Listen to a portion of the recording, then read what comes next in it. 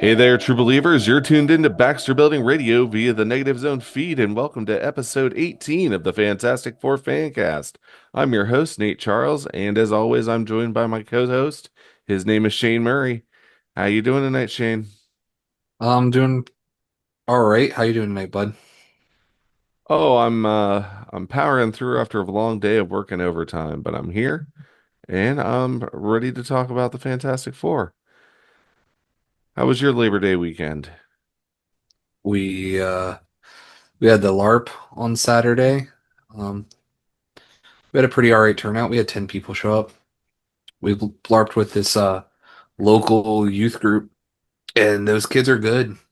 The guy that trains them, he trains them really well. So it was fun. Nice. Another great weekend of you beating up children. Actually, they were mostly beating us up. So we had this one kid that was there. He We ran this teams mission for a minute, and we didn't have enough to run uh 5 teams. So we ran 4 teams, and this one kid went alone. He's like, as long as I get a javelin, I'll run it by myself. And he pretty much single-handedly went through each team. He made it very long until he got knocked out. It was like a 1v1v1 where he finally fell. He was wicked good. So Yeah, sounds like he is very talented.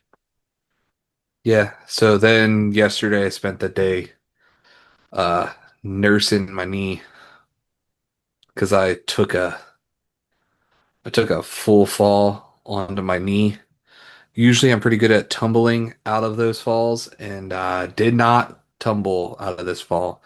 Landed full weight onto one knee, and Ouch. yeah, she doubled up yesterday in size.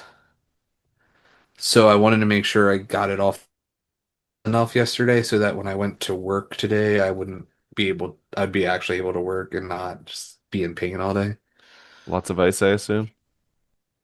Yeah, I don't do ice. I just laid in bed and lifted up so that it would just go down, hopefully. It worked. It was down. Was able to get through work today. They were like, "Why didn't you walk with us to get lunch today?" And I was like, "Bro, I literally laid down in my car so that I could get through the rest of work. And I'm pretty sure it's going to be how the rest of this week goes." So, I don't know, yeah. man. Maybe you should try some ice. Well, the swelling's way down. It's just bruised inside internally now. How about you? How was your weekend? Oh, it's been a fairly busy weekend on my end. Labor Day weekend's always kind of hectic because my mom's birthday is the last day of August. So, yeah, spent a lot of time over at my folks' house and you know, had lunch with them, spent time with them, did a little bit of running, did some uh, cemetery maintenance for some relatives. And then, of course, today I decided that I was going to put in 10 hours of overtime. Normally, I work overnights, and I did a day shift today. So, yeah, I'm kind of just hanging on by a thread here as far as my energy level. But yeah, other than that, that was more or less my Labor Day weekend. Eventful yet uneventful. Yeah, same, I guess. So, uh, didn't get what I wanted done this weekend. So, hopefully next weekend I can. Yeah, what was that, Shane? I wanted to pressure wash the house and clean some more stuff up in the garage or in the one shed, but I didn't get out there because that was going to be yesterday's project, but screwed up my knee. I might do it tomorrow though. I'm off tomorrow. Nice. Wish you the best of luck with that, pal. Speaking of getting things done, how do you feel about us getting to today's comic? Yeah, let's do it. All right. So today, Shane, and I think you'd be very excited about this. We are wrapping up the 2001 miniseries by Grant Morrison and Jay Lee, which is Fantastic Four 1, 2, 3, 4. Today we're covering issue 4. We covered issue 1 in episode 5 and issue 2 in episode 10. And our last time around with issue 3, we did in episode 15. So if you all want to catch up on those issues before listening to this one, if you haven't already, go ahead and take a listen to those. This is part of the Marvel Knights imprint, and yeah, it's been an interesting roller coaster ride, has it not, sir? It has been very something. Yeah, it's been it's been very something. I'm excited to get to the next stuff, but I know you like this. So like I said before, after most of these, just because it's not for me doesn't mean it's not for someone. So our issue today was cover dated for January of 2002, but it was released on November 21st of 2001 with a cover price of $2.99. You want to take a guess at what a near mint 9.8 copy of this book has sold for since then, Shane? $43.76.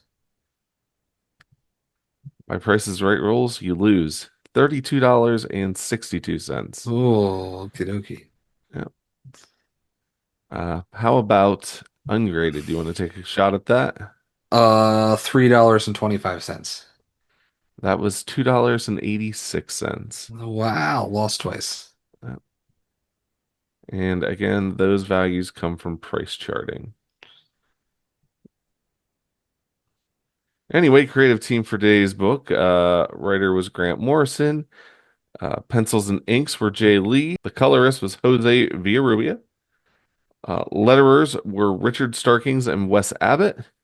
The editors were Stuart Moore and Bronwyn Taggart. And the editor-in-chief at the time was Joe Quesada. Shane, I'd give you a synopsis, but once again, Marvel Unlimited has failed me, so we're going to have to go ahead and go for a Shaneopsis. Okay. The final wrap up to 1, 2, 3, 4. Does Reed Richards finally get out of his think tank? Wow, that was incredibly concise. So, I was working at it. I was working on it. Was that too concise for you? You looked like you were like waiting for more. I mean, normally you just, That was too yeah, good. That one was too concise. I'm sorry. Was that one too good? I could um, screw up some more for you. no, no, please, by all means, you don't have to do that. That's fine. I can live with this. Maybe people think I So, can talk now. oh, no one's ever gonna think that. Yeah, that's for sure. Well, Shane, would you like to take us through this, the final cover of Fantastic Four 1, 2, 3, 4? Absolutely. Let's do it. So, final cover, you have just utter destruction all over the place. Then you have that gigantic Doombot that we saw from the last issue. Um, Human Torch coming around the backside looking like he wants to kind of shoot a fire at it, but also save Namor, who's getting zapped by some eye electricity slash lasers, I guess you would call them. Then you have Sue. It looks like she's holding. Is that supposed to be Ben? Yes, I that is couldn't. supposed to be Ben. Yeah. And then you have Sue holding Ben in a very sad way with half her limbs missing. It was a choice there. I mean, she's But, partially invisible. That is her yep. power. It is. I'm just saying it was a choice to make her not completely visible. Cool cover. I actually enjoy this one, even with it being a pretty white background, because I think there's just enough going on that it's visually appealing. How about yourself? I mean, yeah, no, I do like this cover a lot. It has a lot of menace to it. Kind of really saddens me to see that the oversized Doombot here is tearing down a movie theater. Like theaters are struggling enough as it is at this point. You don't really need to see one getting knocked down. To your point, the white background, I mean, it's almost it's white, but there's definitely some grain to it. And it kind of reminds me, especially with how the debris is flying around to the bottom of Crisis on Infinite Earths. When you have the wall of antimatter rolling through, it kind of just exudes that kind of menace. And uh, when a background can exude menace, I mean, that's really accomplishing something with your color scheme. So when we open to our first page, we're greeted with a splash. And what are we seeing here, Shane? Um, we're seeing Reed with a body on the floor and a bunch of tubes and some kind of device behind him with wiring all over the place. Yeah, tell the listeners a little bit about this body. Uh, it is a female body, and they are is they're just it's like in the foreground, and it's wrapped in wires. There's some blood running from it. It almost looks like he was using the body to power the machine, kind of. And our captions read, My name is Reed Richards. I've never really told anyone the truth about my violent temper. As I apologized to Stacy Valentine and crushed a tiny malignant microverse between my palms, I felt both vindicated and slightly ill. It would have engulfed State U within seconds, destroyed the Earth, the solar system, the galaxy, and possibly even the universe. At least, I think that's what it was. I looked so ugly in the mirror. It was the look murderers have on the front page of the newspaper, grainy and black and white, more black than white. Everybody said I was working too hard, but I was the son of successful people. I was expected to always do well, or else. So let's just say I wanted to do something bad that day, as an experiment, and Stacy just happened to be there. I'd found gaps in my knowledge. The science I had studied for years didn't seem to explain all of the phenomenon that I've been observing. So I vaporized Stacy and locked the lab door and turned to older, stranger sciences. That was the night I smashed my way into the dark universe of necrotechnology, where spirit meets anti-spirit in mutual annihilation. And as we are taken through this narration, we see Reed begin to experiment with some sort of altar and also his incineration of this body. And what do we see here on the next page, Shane? You kind of see like a bunch of different things. You see like uh um, looks like Reed walking to like some kind of temple in the middle of the mountains. And then you see a mask that looks like Doom's mask. And you see another panel of him holding it looks like a clone. And then you see some more down in the next panel is like some more weird magical science stuff. And then finally you see like an adult robot that mm, might be a clone. It looks very Doom-like. Yeah. Reed continues. I was nowhere near the blast, but I used it as an excuse to take time out from my studies. I bought a plane ticket to Nepal, and from there, hiked into Chinese-occupied Tibet. There was something in me now. I knew that. Something so bad I couldn't be around people. It had entered from a heavy gravity super-inverted universe, or so I told myself. I called the bad thing Victor, like Frankenstein's monster. but I wish I hadn't. Naming things gives them power. The Bond priest showed me how to extract all my bad, sick thoughts and solidify them into a living form. A tulpa, they called it. And that would be where we're seeing Reed start to grow this clone self in a sphere outside his body. Even though it had eyes, it looked like me with no eyes. That's the best way I can describe it. Somehow it was awful to look at. We had to lock it up for its own good. And one of the monks puts the mask of doom on this other self. I tried to deny him and leave all my evil behind me after that. I tried to be a good man, but Victor was out now. And on our following page, we are taken back in time a little bit here, Shane, to Yep. earlier in our story, and we see Doom conversing with the Thing, while Reed is looking on. He would follow me for the rest of my life, trying to crawl back into my mind, and I would try to keep him out. Ben, is that what he told you?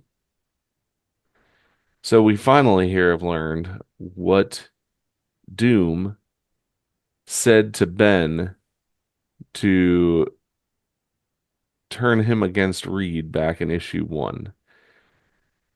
This entire sequence has been more or less, well, to your point, a fever dream, A fever dream.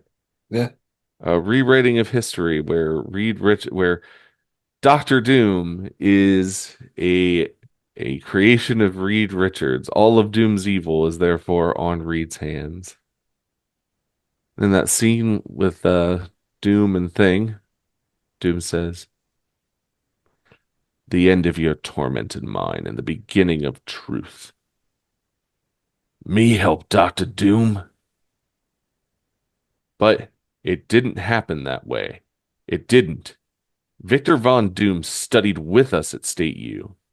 Someone is changing things. Someone is trying to make us do all the things we'd never do. I I started to have these feelings yesterday. The sensation of being watched, manipulated. Ben, what happens when you're trapped inside a game? When only the devil knows the rules and all you can do is improvise until suddenly it's all over. And Doom pulling off his mask becomes Doom actually, well, I mean, it looks like there's nothing behind Doom's mask at this point, just Yeah. Just empty looks like air. the sky. Yeah. Yeah. And the scene starts to shift around Reed from Latveria back into his chamber via the various, electricity effects. How far would someone go to trap us and hurt us? What if there was a machine capable of shunting people around a game board as big as real life? I remember now. There was only one way to verify my dawning suspicions. I did what I always do. I locked myself in my room and I built one of my own. And what do we see on our title page for this issue? You see Reed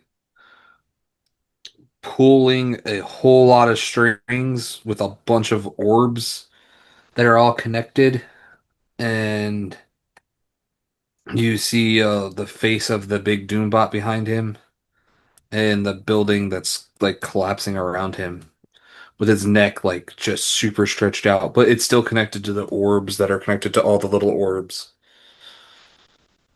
So it's And like what his thinking bot is can like all attached to him. and what's the title of today's issue? Prime Mover. And on our next page, Doom is about to destroy his last sculpture, this time of Mr. Fantastic. But this sculpture in the illustration is talking for Reed. And there you were, Victor, hiding behind the scenes of existence itself, on the battlefield of pure consciousness and will, tugging clumsily at the strings of all of our lives. And four. This game is mine, Richards. Not necessarily. I've been playing against your prime mover for the last few hours of this little war game, and I have a secret weapon. What? This is when you show your hand. Too late, Richards.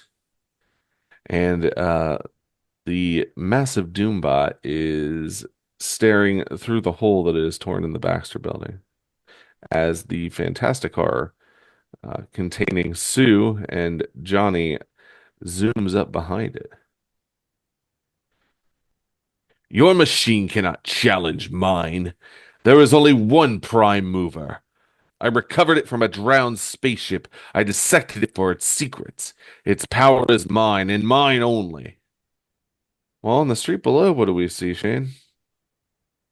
We see Ben with one arm tr trying to distract the Doombot by throwing a trash can at it. Hey, I don't care how rich he is. I don't care how big you are.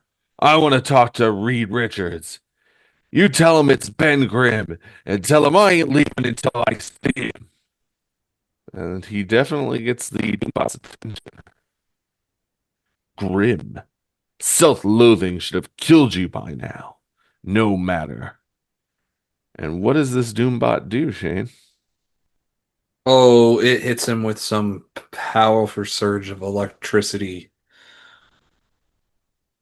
Just tears him up, beats him down with some just energy surge there. But Ben is suddenly saved by being engulfed by an invisible force field and carried into the air where he is brought face to face with whom? None other than Sue Storm herself. What is this thing? Let me out of here. I've got him. Take us back up, Johnny. Man, how much would you have to shell out for a robot that big, sis? Who's the guy? Johnny, shh. Hello, do I? Ben. Oh, God, Ben. Oh, jeez, this is the worst day of my freaking life. Even when I saw action, I never felt anything like. Susie? Susie Storm, is that you? And he puts a hand out toward Sue's face. You look different. You look smarter. Ben, you haven't called me Susie since. Oh, Ben, what did they do to you this time? That human wreck really is Ben. Tell him I'm sorry I yelled earlier, and will he just turn back into the thing now that we need him? Take over the wheel, sis. And Namor flies down to join Johnny and Sue by the Fantastic Car. Look, Johnny, please, you're not strong enough for this yet. Who are these crazy people everywhere? Yeah, yeah, what do you know? Flame on! And as the rain continues to fall, the torch once again flames on and attacks the giant Doombot. Everybody got different. Everything got different. No, you're Ben, but you're younger, from before the space mission we all went on. Ben, listen to me. Doctor Doom tried to manipulate us into destroying one another tonight. Yeah! Shouts Johnny as he charges towards the Doombot. But what happens, Shane? He gets smacked out of the air real fast with like a Doombot fist. And he lands on the ground next to the Fantasticar, smoking. Yeah, I'm so useless in this rain. That's it. Reed's just gonna have to die now. Don't be ridiculous. Of course he isn't. Take a deep breath, get nice and dry under one of my fields, and be ready to flame on. Sooner than later if you can. You know me. Go get him, sis. And Namor flies down to greet Sue. Namor, I can still rely on you, can I? For some things. But Von Doom has a machine which can remake all of our lives, Susan. I know that.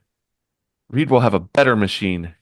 Doom thinks he can use our base desires to tear us apart, but he doesn't know us well enough, Namor. Thank you. Thank you for proving we're more than just slaves to our unconscious instincts. But despite that statement, what happens? Oh, they have a beautiful makeout session. Yeah, it's a pretty deep kiss. Oh, there's definitely tongue involved there. So I didn't. I'm gonna be honest with you. You know my opinions on Namor and Sue and how I do not condone that relationship whatsoever. Um, but I do like this panel because I do like that it shows that even though that Sue knows that they can win and she's projecting the confidence that they can win, that Doom's prime mover that is affecting everyone and how they act is still working here, and it's working overtime. I mean, it's definitely doing something. This seems like an appropriate way to segue right back into Namor, who goes, "Indeed, perhaps it was only Doom who lit these fires in our bellies, Susan." Whoa. Namor flies off, and Sue returns her attention to Ben. Jeez, what happened to everybody while I was gone? Our lives took a kind of weird turn, Ben. Let's get Reed. I'm sure he'll be able to explain everything. But Reed's pretty preoccupied with the chess game he's been forced into. 0/03/3/0/0/3 anti-gambit. Richard slash prime mover slash real time. Johnny slash Prince Namor slash to Baxter building slash real time grid 00. And the Doombot returns its attention to the Baxter building and looks like it's about to hurl some electricity inside. The power grid of the whole building is feeding my Annihilator robot's batteries. Your participation in the game comes too late. As Reed runs away, he yells, Game, set. And what happens? Namor and the Human Torch come flying out of the Doombot's eye sockets. It's a pretty striking image. Yeah, beautiful. Takes a lot out of Johnny, though, who lands inside the Baxter building next to Reed.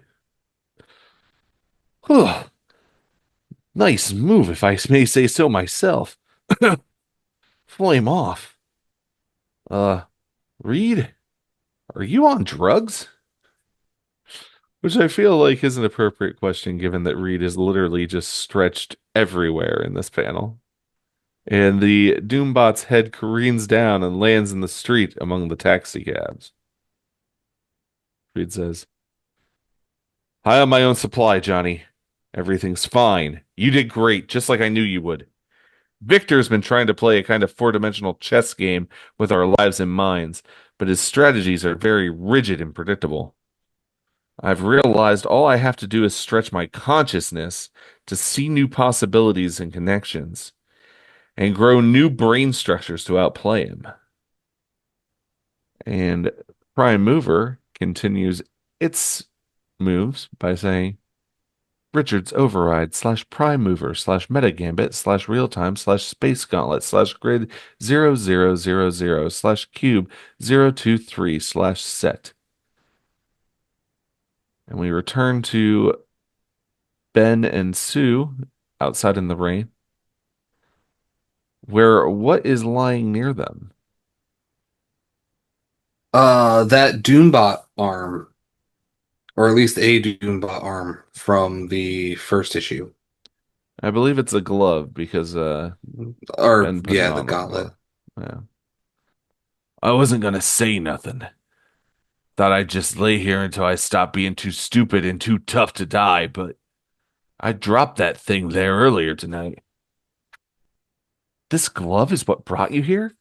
Ben, we can probably use this. Sue listed up with an invisible force field. So, you married Reed Richards in the end.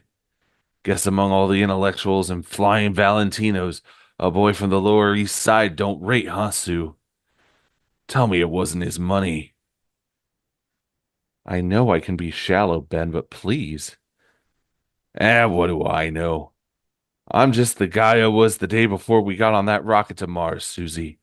Well, most of him anyway. Ben holds up the gauntlet.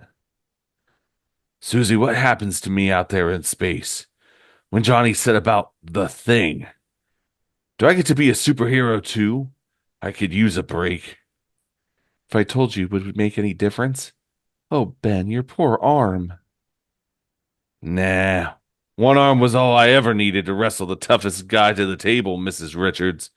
Ma Grimm's blue-eyed boy goes where the action is. Hold out your hand, Ben. And she holds out the gauntlet to Ben, who puts it on, and it takes them where? Back to Doom's Castle. I know this place.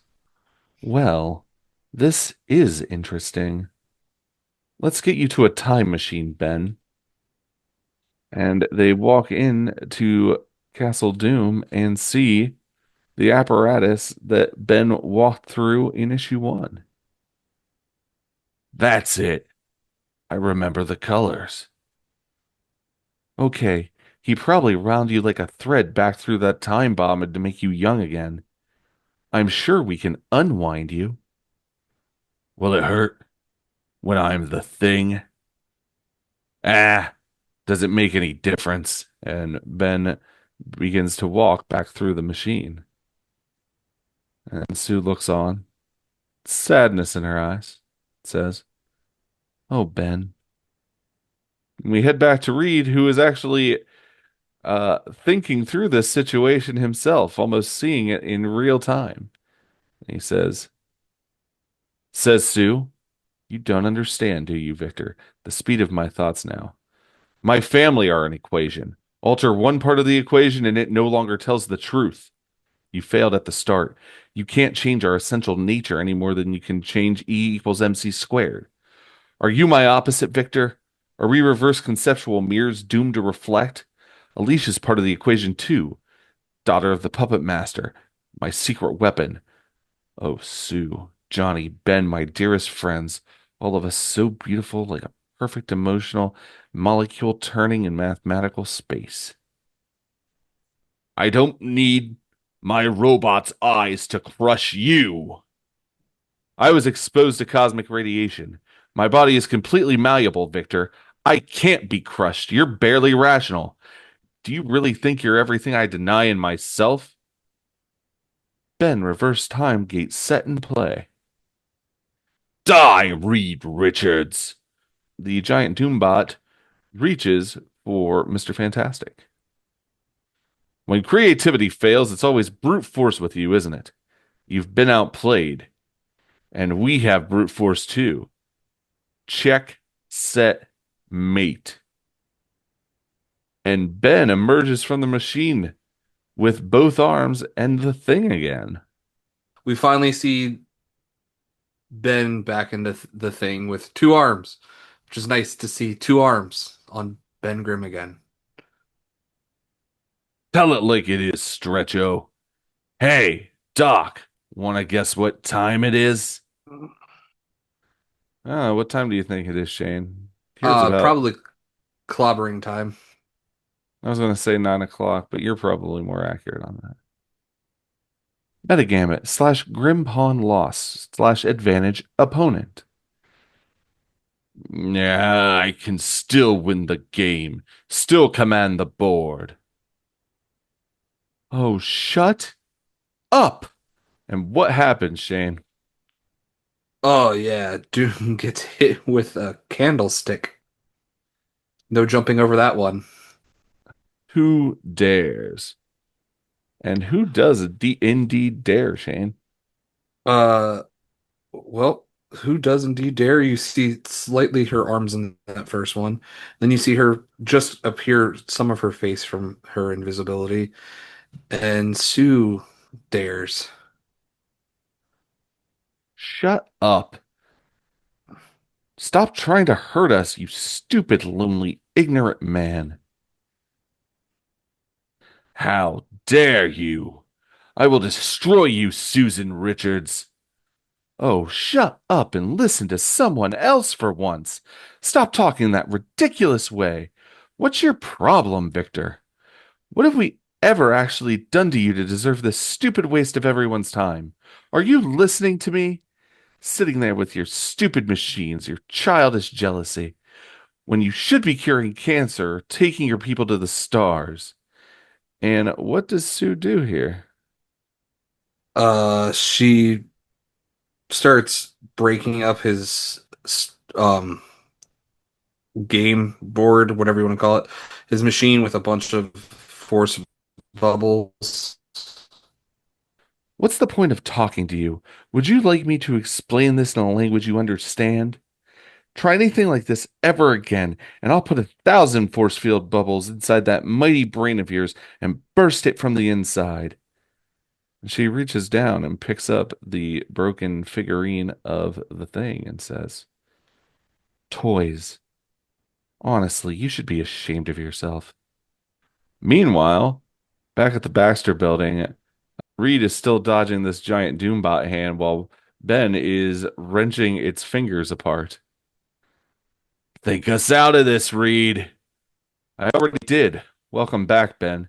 How does it feel to be your own man again? Mind if I come back to you on that one? And the Doombot begins to malfunction and just says, slash, slash, slash, slash, slash, slash, slash, slash, slash, as an explosion rears out from both what remains of its head and its knee, sending it careening to the ground. And that, I gotta say, the colors in that panel between just the darkness of the smoke at the top and how it fades into the reds and the oranges of the explosions, which, illuminate the midnight blue of the sky in the background. I mean, it's gorgeous.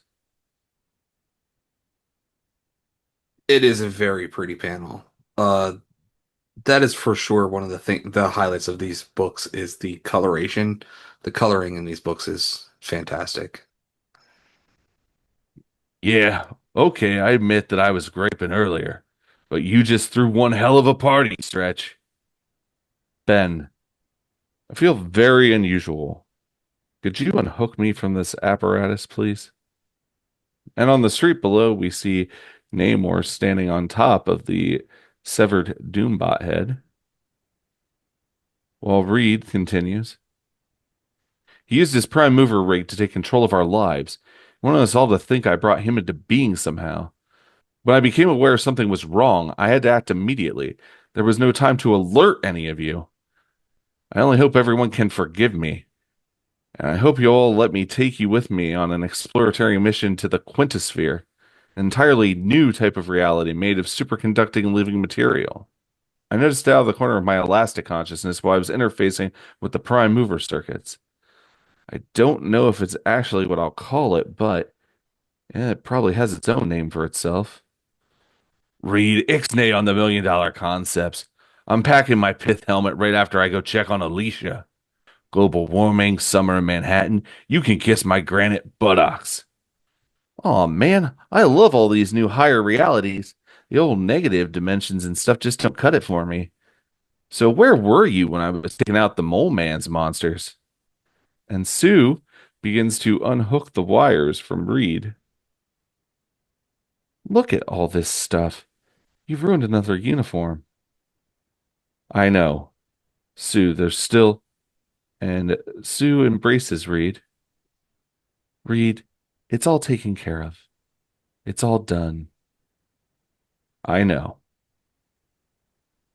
And we move to the last page where we see Alicia actually crushing the sculpture of Doctor Doom. While newscaster says, Latverian embassy denies Von Doom's involvement in the unprovoked assault on New York City. While Doom, in his throne room in Latveria, still connected to his prime mover rig, just says, no, no, no, and throws his hands up in the air in frustrated defeat. The end. All right, Shane. We have been through this. We've wrapped up the fourth issue. You've heard the whole story.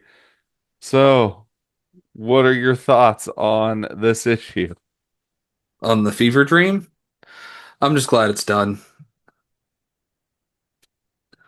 It was what it was. Wasn't It this didn't loop story? back and it didn't loop back and catch you in the end.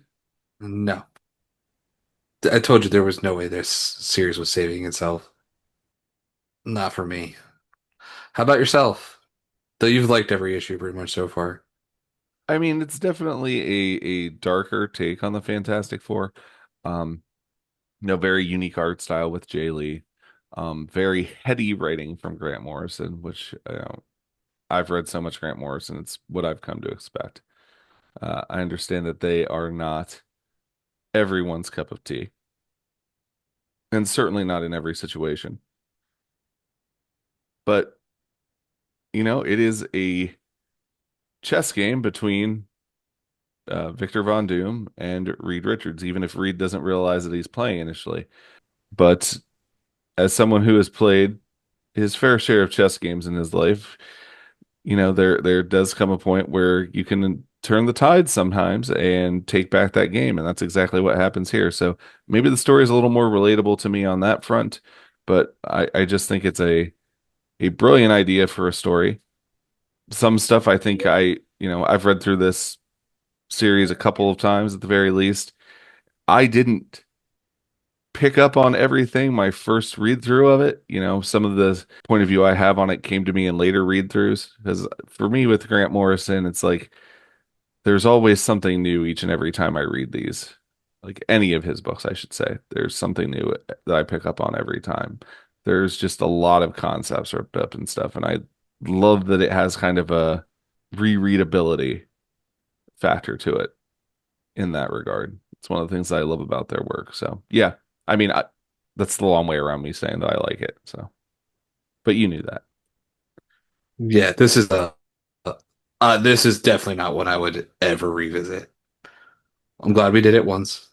It exists. It's out there for people who like it, and more power to you guys. It isn't for me.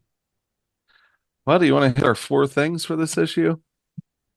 Absolutely. So, what was your favorite panel for this one, bud? So, my favorite panel was page 22, panel 6, which is the last panel on the page, and it's Reed and Sue embracing. Um, I mean, what can I say other than, I'm kind of a hopeless romantic and I'm a sucker for a happy ending. So, after everything that the team has been through, um, and with Doom playing with the base emotions of the team and whatnot, and everything that has happened the past few issues with Namor, I just can't help but love seeing Reed and Sue back together again. It is a very pretty panel. It is, again, it's stunning with the colors in the background, with the black, like the black atmosphere back there, with the burning of the Doombot from the explosion in the back there, and then you The, still get Sue with her half invisibility, wrapping her, embracing him. So and I know you've said that it's a choice through some of these. I honestly really love the way that Jay Lee renders Sue's invisibility because it's never there's something to be said about the inconsistencies of it. And he renders it like a fade, and it's not always what you would expect to be showing at any given point. I think he does really well with that. The other thing I really like about this panel, like you were saying about the colors, those colors to me evoke a sunrise. It's like a new beginning, the beginning of a new day, which, as after what all they've been through, I believe is the kind of outlook that the team needs to have. So, all very symbolic. I can see that that is a good way to look at it also.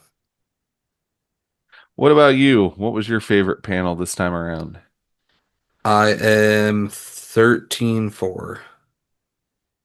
You're going for Johnny and Namor bursting forth from the Doombot's eyes. Yes. That is a very striking panel. Um, might be the most superhero panel of the entire series, quite frankly. Yeah, I usually don't go for the superhero panels. I usually go for like your one you had, like the more emotional panels, or I like that's just what I usually lean towards, or ones that feel more with the story. But this one was like after they just felt like they got walloped for 3 issues, it was just nice to see like, hey, we've turned this around and we're gonna win the day.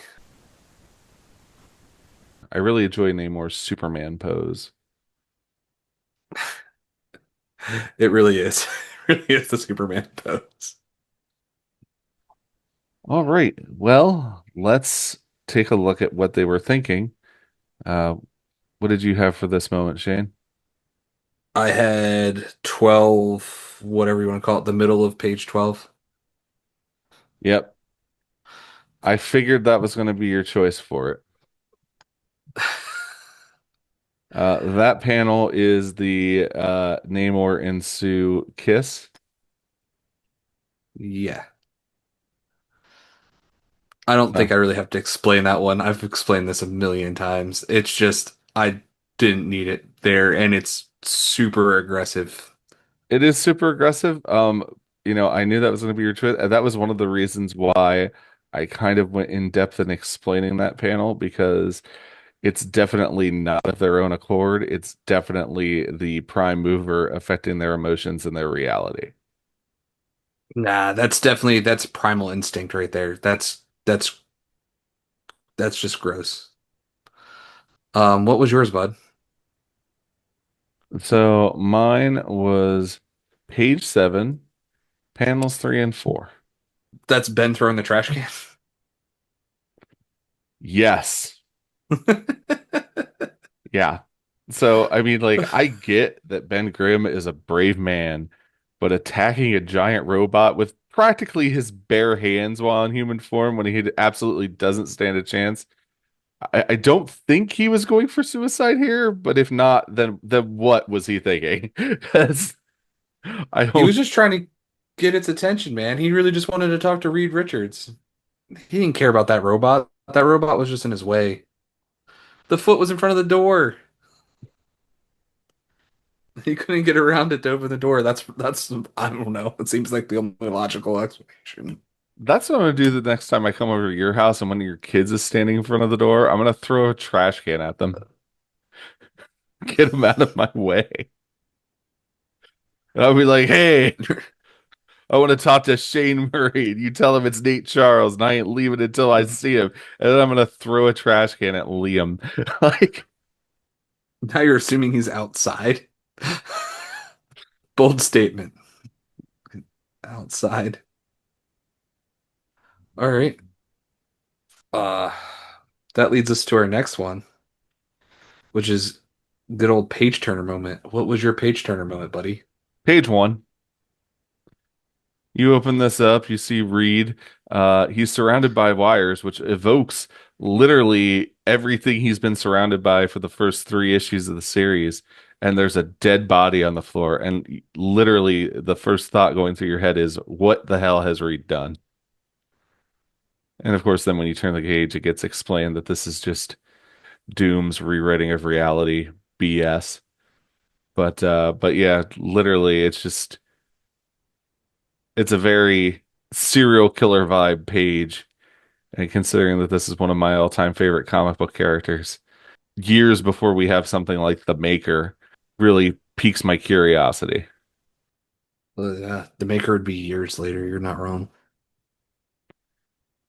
I mean, it is a very, it does invoke a lot of thoughts, and you really do wonder where you're going to go from that page. It's just striking that Reed looks at the way they have it, like in this retelling of this Victor's through Reed's eyes, is like he's just standing there so stoic with his arms behind his back, like you weren't supposed to die. I don't know. I think it's a very, no, it's less of a Reed Richards pose, but it's a very Doctor Doom pose when you look at it. Yeah, that's what I mean by like the hands behind the back, like. very anti-read. What about you, Shane? What did you take for your page turner moment? I had page 19:6. That's Sue becoming visible while holding the candlestick after she assaulted Doom with it. Yeah, Okay.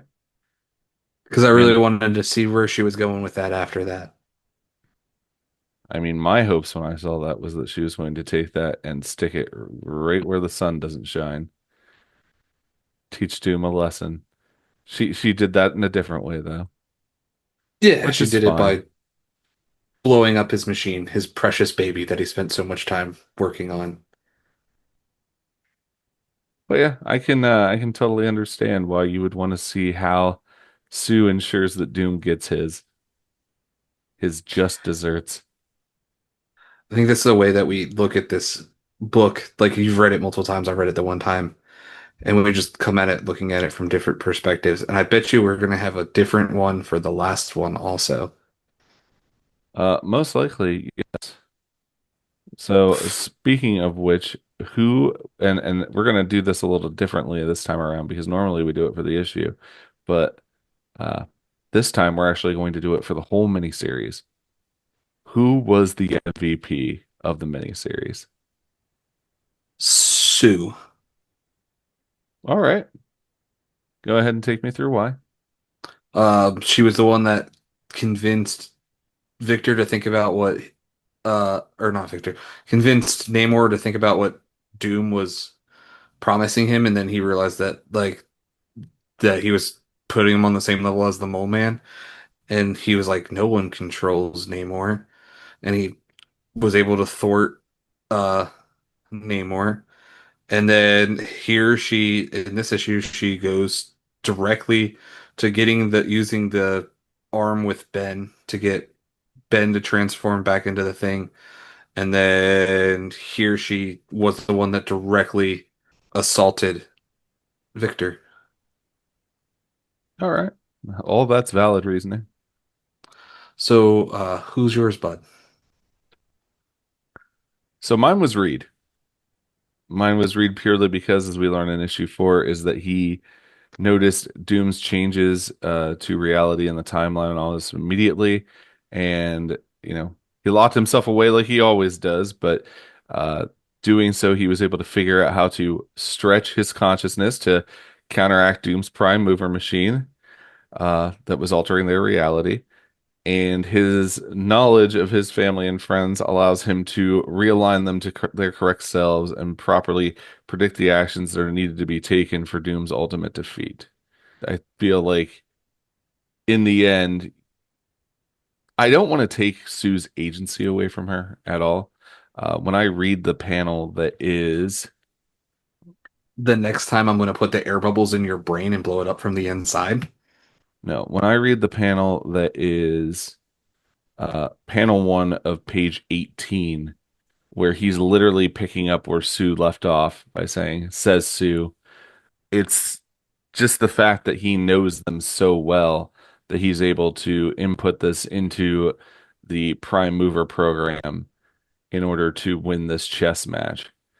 So for me, Reed almost takes MVP just because in order for the prime mover to be defeated, he needs to be hooked into the actual program. But by being hooked into the program, you see the strengths of, how well he knows his loved ones, if that makes any sense. I feel like I kind of rambled there, but do you get what I'm No, saying though? I see what you're, yeah, I get what you're saying there. I mean, I can see that point of view. The problem, the problem I really have with the whole Reed thing is then like it's just set up to be a really, which is I guess the reason this is just set up to be a Reed savior moment. I don't know. It's his Jesus moment, and I just it doesn't do it for me.